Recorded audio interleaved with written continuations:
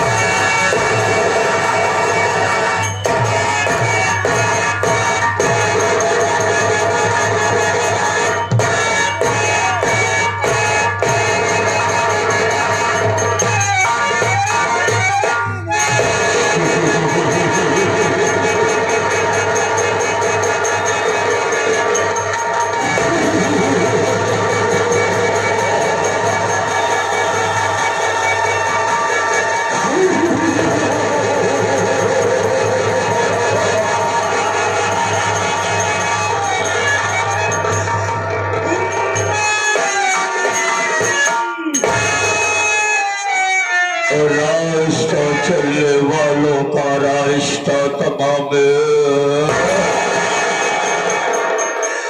रास्ता चलने वालों का रास्ता तमाम, और महफिल में बैठे सभी मालवाओं को मेरा सलाम।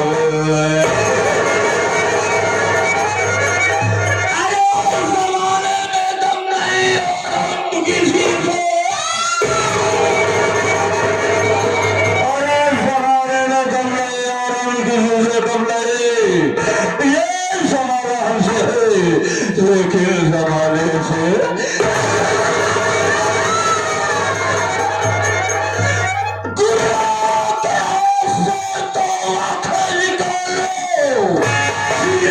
सभी का फोन के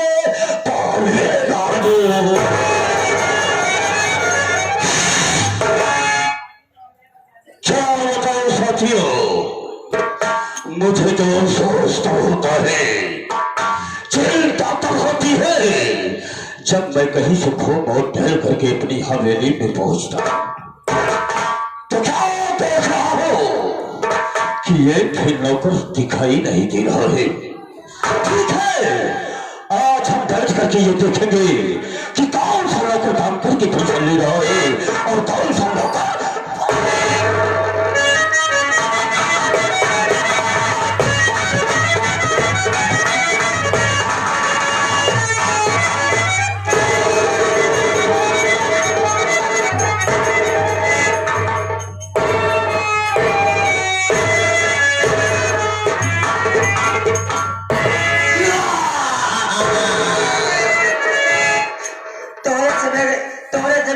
चक्कर में रंडी बुंडी चक्कर में लागत है। आज बचम न पक्का है फिराइया, आज हम मर जा मेहरारू हमारे हो जाई ना ना लड़कियन विधवा पेंशन लागू कराई दिए। हम तो चिंता ये बात की है कि अगर हम मर जाए तो हमारे तेरे ही कैसे होई भगवान। तो आप सबसे हाथ जोड़ते ही पंचोहरे किया, आज अगर हम मर गए तो दूसरे मंगल के दिन पूरी कचौड़ी खाई जा। एक हम समझो कि हमारे तेरे ही खाता।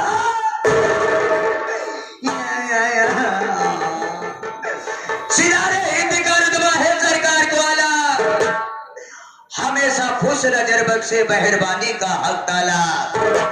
ये नाचीज गुलाम वो भादारी का सबक सीखा है, और यहाँ पे जो आपका नमक खाया है क्या होमक है सारी का।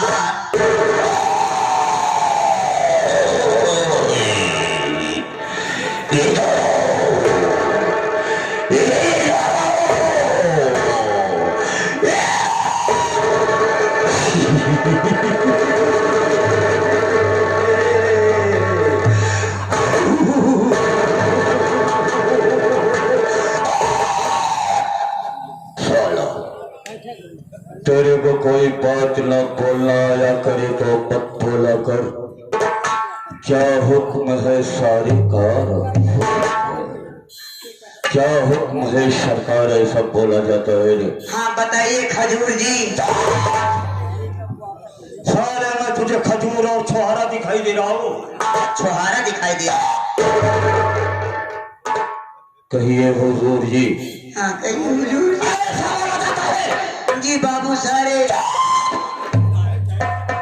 बाबू सारे। Don't speak nonsense. Don't interrupt men your way. Why are you losing your temper? बकवास। क्या बात है सारे? हाँ क्या बात है सरकार, ऐसा बोला जाता है रे? हाँ। बहुत ज्यादा बोलने की कोशिश करेगा साले तो तेरी खोपड़ी में ऐसी गोली मारूंगा कि तेरी खोपड़ी का ढक्कन आसमान में उड़ करके डिस्को भागना डांस करती नजर आएगी।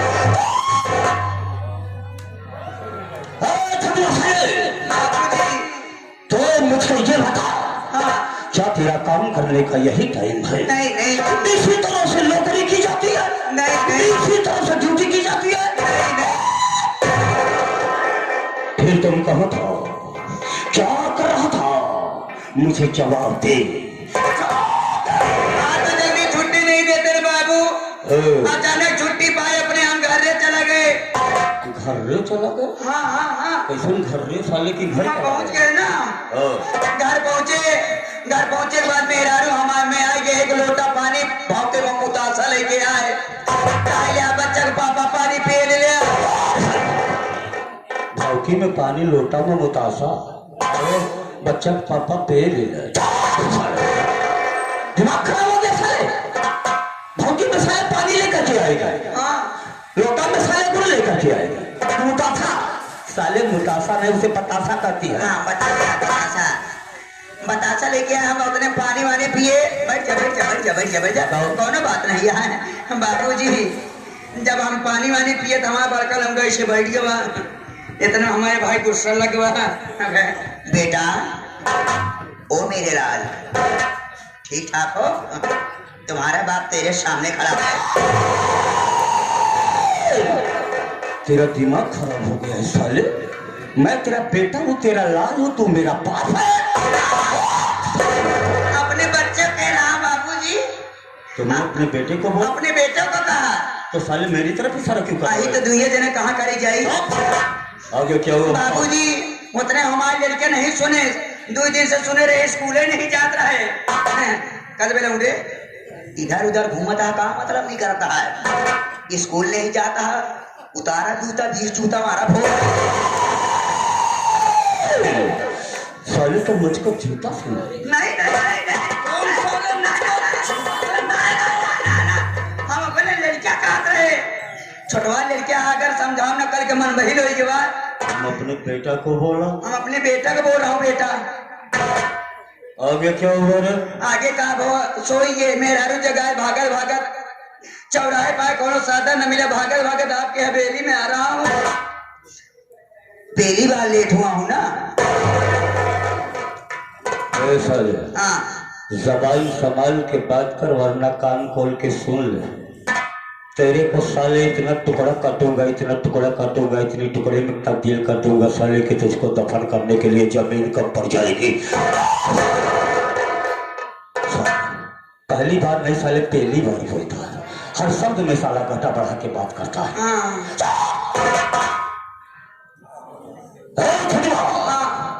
तो मुझे अच्छी तरह से जानता और पहचानता है। मेरे वसूल और मेरे लिए अच्छी तरह से जानता है।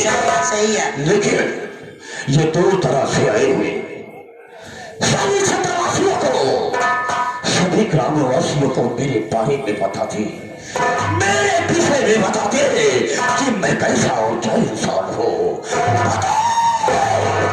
आप हमारे मालिक, मैं आपका गुलाम, आपके हुक्म का ताबीगीर हो। आप ऐसा हुक्म मत दीजिए बाबूजी कि आपकी बेइज्जती हो और हमारी बेइज्जती हो। आप आए तो स्वयं अपना नाम बता दीजिएगा। पक्षियों की तरह साला फिर की आवाज लगा। मैं जानता हूँ कि तू मेरे इस हवेली का बड़ा ही ईमानदार और वफादार नौकर है, इसलिए तू अपने मालिक के सामने अपने मालिक का नाम नहीं लेना चाहता है। तो ठीक है, मैं अपना दर्जे स्वयं बदला देता हूँ। रिस्पेक्टेड फ्रेंड्स, आप लोग सबसे पहले मेरा इंट्रोडक्शन सुनिए कि मैं कौन हूँ। मैं कौन हूँ और कहाँ का रहने वाला हूँ, क्या करता हूँ, क्या करने जा रहा हूँ, क्या करूँगा और क्या करके।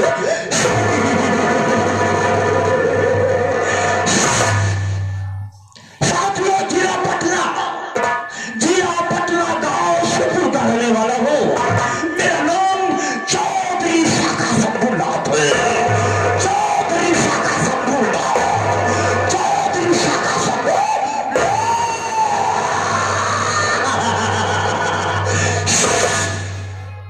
दोस्तों, मेरा नाम है चौधरी शाखा शंभूनाथ का जमाना और दुश्मनों को खत्म करना मेरा मजदूर है पुराना। चौधरी शाखा शंभूनाथ न तो पुण्य करता है और न पाप करता है। चौधरी शाखा शंभूनाथ सिर्फ वही करता है जो उसे करना होता है।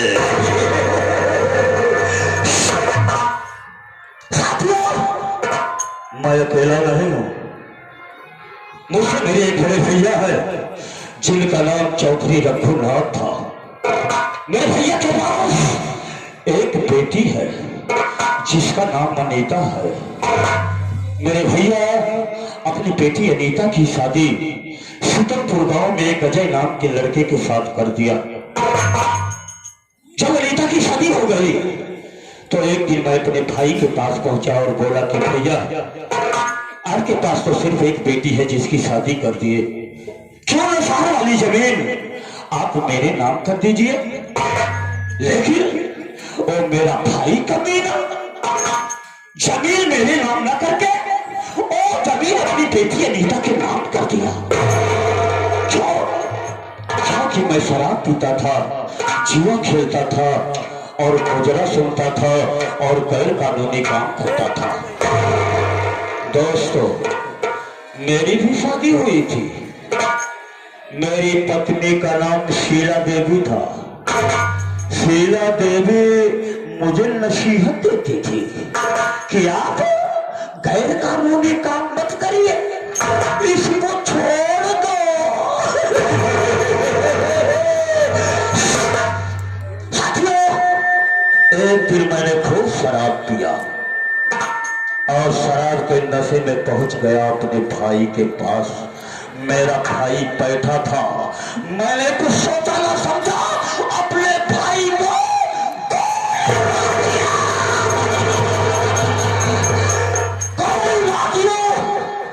अपने भाई को गोली मारने के बाद उसकी लाश उसी के कमरे में दफन कर दिया।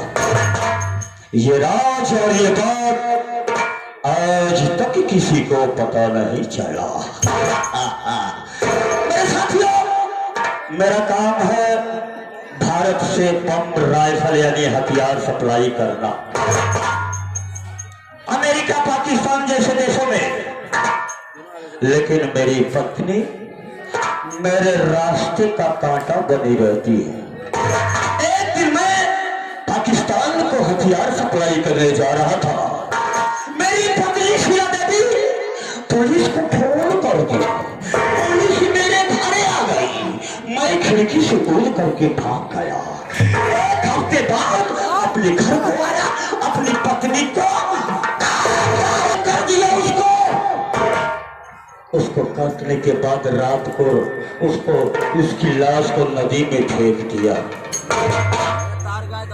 ये फिर आज तक किसी को मालूम नहीं हुआ। साथियों, इस शहर में मेरी एक प्रेमिका है जिसका नाम माया देवी है। माया देवी जिस कॉलेज में मैं पढ़ता था उसी कॉलेज में वो भी पढ़ती थी और मुझसे वादा की थी कि मैं शादी करूंगी तो सिर्फ आपसे। लेकिन उसके माँ बाप उसकी शादी शीतलपुर में, जिस घर में अनीता की शादी हुई है उसी घर में उसकी भी शादी कर दी। लेकिन उसका पति इस दुनिया में जिंदा नहीं है, क्योंकि माया के कहने से मैं उसका एक्सीडेंट करके मार डाला।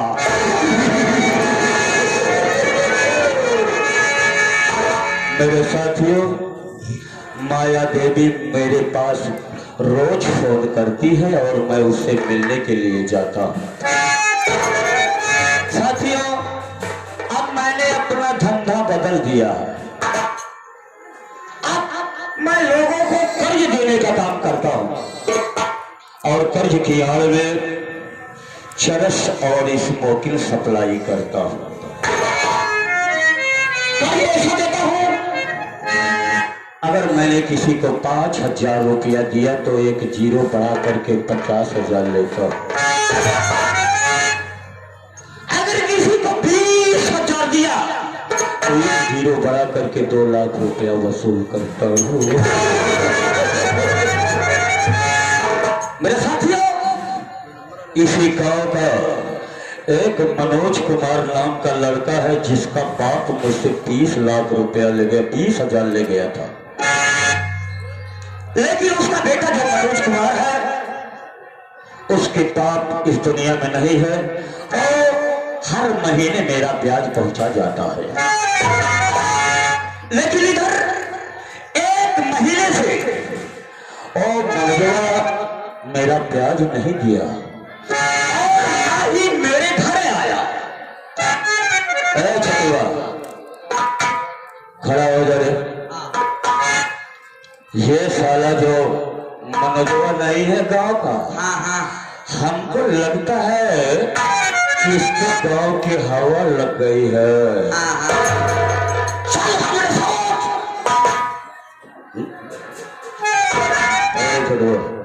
पहले शराब पिएंगे बाबूजी। चल पहले चलते हैं, वो सामने ठेका दिखाई दे रहा है। आज की रात में कुछ शराब पिएंगे और उसी शराब के नशे चलेंगे मनोजवा के घर। 20,000 रुपए का 2 लाख रुपया वसूल करूंगा।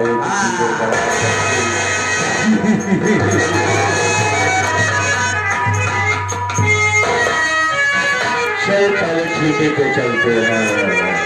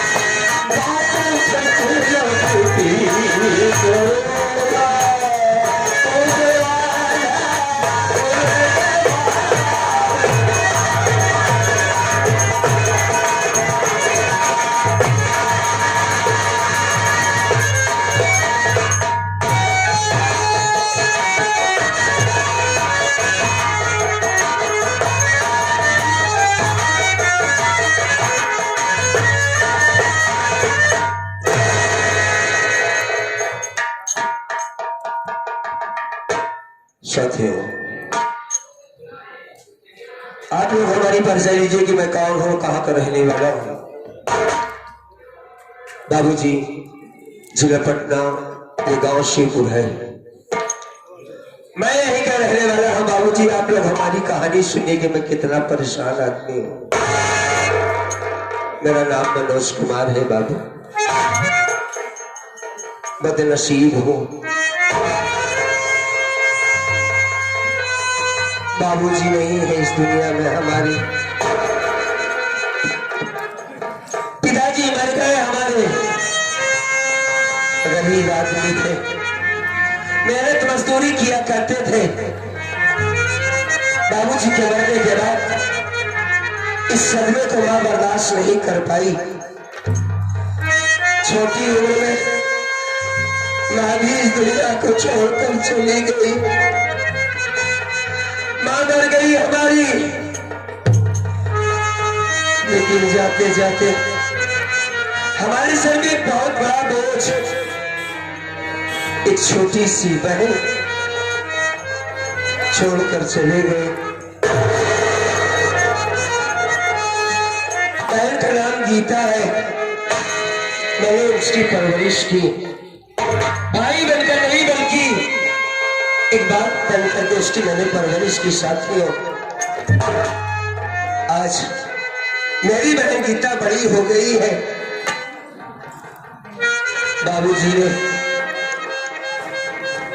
बाबूजी का सपना था कि हमारा बेटा पढ़ लिख करके डॉक्टर बने, लेकिन शायद मेरी किस्मत में ये नहीं था। मैंने मजदूरी करके जीवन पाल रहा हूँ बापू। भाई को देखता हूँ तो छाती फटती है, किसके हाथ कैसे पीले करूं, इसकी शादी कैसे हो। देखता हूँ तो बड़ी दिक्कत होती है।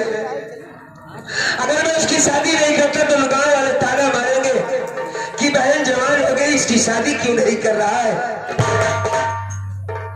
बाबूजी ने हमारे ही गांव शिवपुर के रहने वाले चौधरी साहब के यहाँ से सेठ शाखा समूहनाथ के यहाँ से 20,000 रुपए कर्ज लाए थे।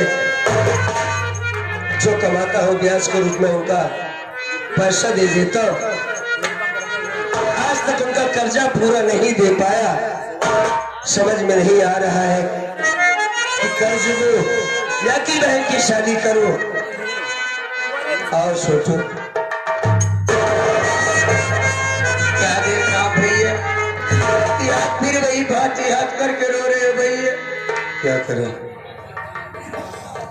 किस्मत में जो लिखा है वही बात कर रहा हूँ साथी। आप जब रोते रहोगे क्या भैया, अगर रोते रहोगे तो क्या कर्ज आधा हो जाएगा भैया। तुम कैसे हो? मैं ठीक हूँ भैया। एक काम करो यार। हाँ भैया। मेरी बहन गीता को बुलाओ, मैं उससे कुछ बातें करना चाहता हूँ। गीता दीदी, अपनी भाभी को भी बुलाओ। ठीक है भैया। हाँ भाभी माँ, गीता दीदी, भैया आप सबको याद कर रहे हैं।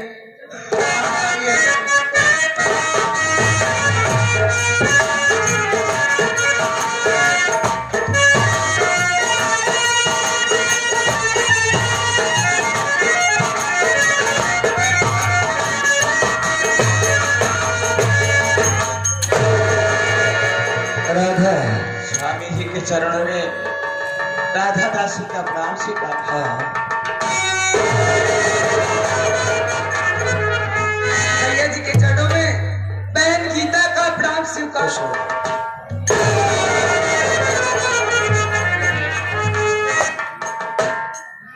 स्वामी, हाँ बोलो। क्या बात है, अचानक आप मुझे अपने पास बुलाए। मैं बुलाने का कारण जानना चाहता हूँ। जरूर बताऊंगा, सबसे बताऊंगा, बगैर बताए नहीं मानूंगा। हाँ गीता बोल। आप मेरी बात सुनो भैया, मैं क्या कहना चाहती हूँ। बोल भाई।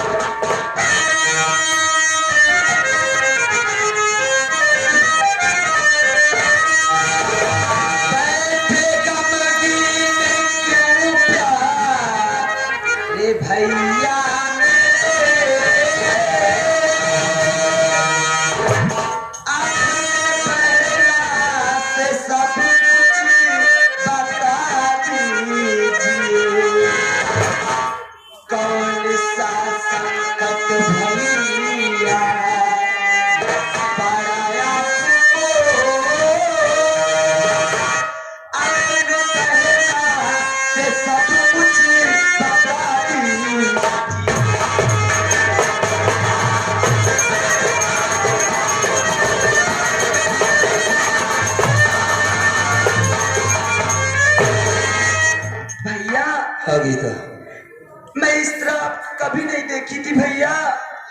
लेकिन आप बहुत गमगीन बैठे हो भैया, बात क्या है?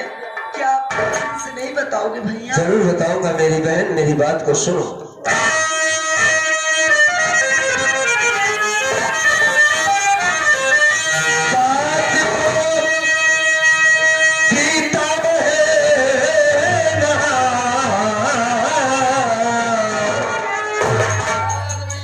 सुनो दौर से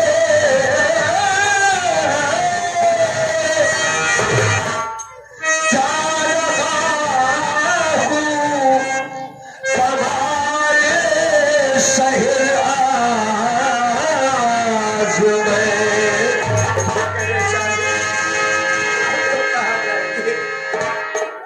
सेठ का सारा कर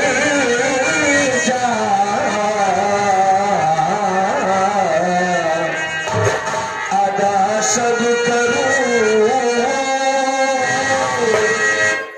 धूम से तेरी शादी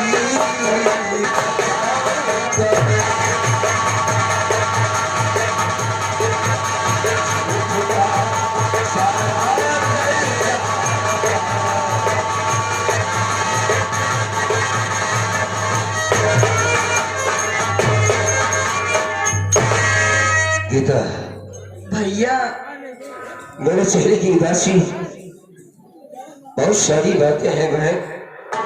सबसे बड़ी बात तो ये है कि कोई बहन ये नहीं कहती कि भैया हमारी शादी कर दो, तू बड़ी हो गई है, तेरी शादी के बारे में हमें और तेरी भाभी को तो जरूर सोचना होगा। उस तरफ चौधरी का कर्ज अगर 1 महीने से कुछ भी नहीं दिया मैंने उसे, तबीयत खराब चल रही है, मैं सोच रहा हूँ भाई किस परदेश चला जाऊं, वहां ज्यादा पैसा कमाऊंगा, इस तरफ सेठ का भी कर्ज ज्यादा हो जाएगा और धूप से तेरी शादी भी बचाऊंगा बहना। समझ में आई बात? भैया हाँ तुम्हें मालूम है भैया, तुम्हारी बिना इस दुनिया में मेरा कोई नहीं है भैया।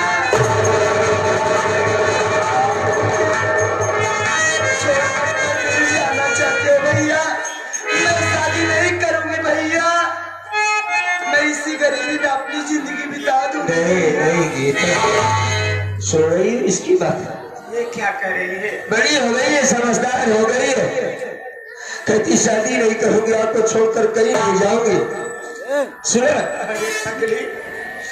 हर बहन बेटी को अपने ससुराल जाना होता है, भाई कितना भी गरीब हो अमीर हो, लेकिन अपनी बहन बेटी शादी जरूर करता है। राधा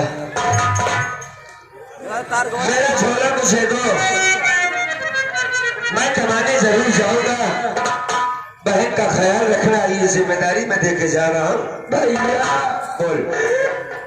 मत जाओ भैया, मैं आपके बगैर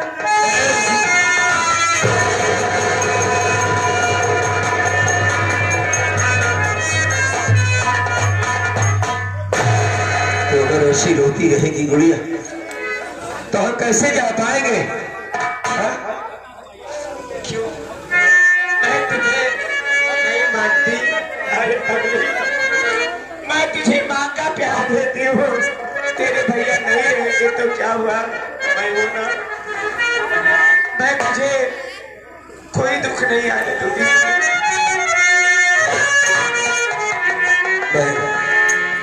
मेरी बात सुनो भैया। बोल। कि भैया भूलिया की मेरी